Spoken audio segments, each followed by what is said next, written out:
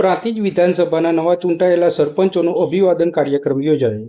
તાજેતરમાં યોજાયેલ ગ્રામ પંચાયતની ચૂંટણીઓમાં વિજય થયેલ તેમજ પ્રાંતિજ વિધાનસભાના પ્રાંતિજ તલોદ તાલુકાના તમામ સરપંચોનો ધારાસભ્ય ગજેન્દ્રસિંહ પરમાર દ્વારા અભિવાદન કાર્યક્રમ સવારે 9:30 કલાકે બાવનગોળ કડવા પાટીદાર સમાજવાડી નવા બાકરપુર ખાતે યોજવામાં આવ્યો। સવારે દીપ પ્રાગટ્ય, મહેમાનોનું ફૂલ બુકે આપી સ્વાગત કરવામાં આવ્યું। સમારોહમાં ભાજપના અગ્રણી નેતાઓ, પક્ષના કાર્યકરો અને વિપુલ પ્રમાણમાં સરપંચો તથા સભ્યો ઉપસ્થિત રહ્યા। આ કાર્યક્રમનો મુખ્ય ઉદ્દેશ સરપંચોને પ્રોત્સાહન આપવું અને તેમની જવાબદારીઓ તેમજ ગામડાઓના વિકાસ માટેની અપેક્ષાઓ વિશે માર્ગદર્શન આપવાનો હતો। આ સમારોહ ભાજપ સરકારના લોક કલ્યાણકારી વહીવટ અને ગ્રામીણ વિકાસના વિઝનને પ્રતિબિંબિત કરતો હતો।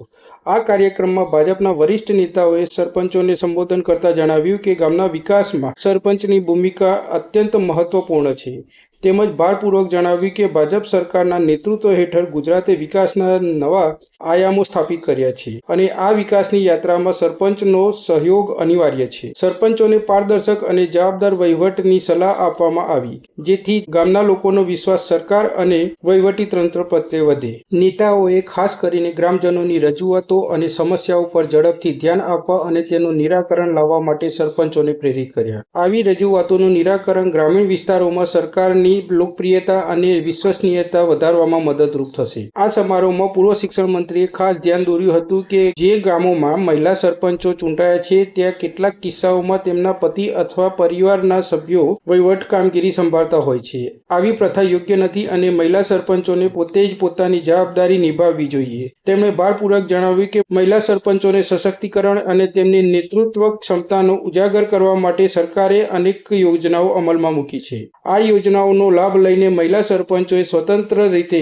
વહીવટ સંભાળવો જોઈએ અને ગામના વિકાસમાં પોતાનું યોગદાન આપવું જોઈએ। આ ઉપરાંત પૂર્વ મંત્રીએ સરપંચોને શિક્ષણ, આરોગ્ય અને સ્વચ્છતા જેવા મુખ્ય ક્ષેત્રોમાં વિશેષ ધ્યાન આપવા અપીલ કરી જેથી ગ્રામીણ વિસ્તારોનો સર્વાંગી વિકાસ થઈ શકે। આ સમારોહ દરમિયાન ભાજપના ધારાસભ્ય ગજેન્દ્રસિંહ પરમારે સરકારની વિવિધ યોજનાઓ જેવી કે ગ્રામીણ રોડ નેટવર્ક, પીવાનું પાણી, સફાઈ તથા સ્ટ્રીટ લાઇટો જેવી ગ્રામ પંચાયતો માટે ફાળવવામાં આવતી ગ્રાન્ટની જાણ કરવામાં આવી। સરપંચોને આ યોજનાઓનો યોગ્ય ઉપયોગ કરીને ગામના વિકાસને વેગ આપવા જણાવ્યું। આ ઉપરાંત સરપંચોને ડિજિટલ પ્લેટફોર્મનો ઉપયોગ કરીને વહીવટને વધુ પારદર્શક અને કાર્યક્ષમ બનાવવા માટેની સૂચનાઓ પણ આપવામાં આવી। આ અભિવાદન સમારોહે ગ્રામીણ નેતૃત્વને મજબૂત કરવા અને ભાજપ સરકારના વિકાસલક્ષી એજન્ડાને આગળ વધારવા માટે એક મહત્વપૂર્ણ પ્લેટફોર્મ પૂરું પાડ્યું। આવા કાર્યક્રમો દ્વારા સરપંચો અને નેતાઓ વચ્ચે સીધો સંવાદ સ્થાપિત થાય છે જે ગ્રામીણ વિકાસને વધુ ગતિશીલ બનાવે છે।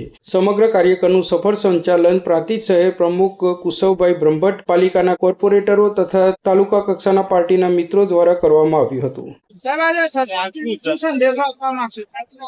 નમસ્કાર।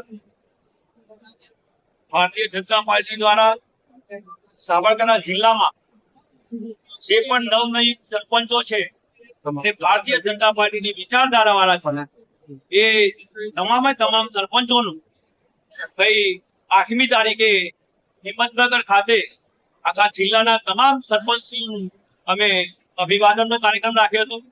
આજે પ્રાંતિજ ખાતે પ્રાંતિજ વિધાનસભાના જે નવનિયુક્ત સરપંચો છે એમનો અભિવાદનનો કાર્યક્રમ એના ધારાસભ્ય શ્રી ગજેન્દ્રસિંહ પરમારે રાખેલો હતો અને અહીંયા આજે મોટી સંખ્યામાં સરપંચશ્રીઓ અને સરપંચશ્રીઓ પણ અહીંયા મોટી સંખ્યામાં ઉપસ્થિત હતા। સરપંચશ્રીઓને આવનારા સમયમાં જે પણ કામ હશે એ કામ લઈને આવશો તો અમારા ધારાસભ્યોની સંસદશ્રી ગ્રાન્ટની પરવા કર્યા સિવાય તમામ કાર્યો પૂરા કરવાની ખાતરી આપેલી છે।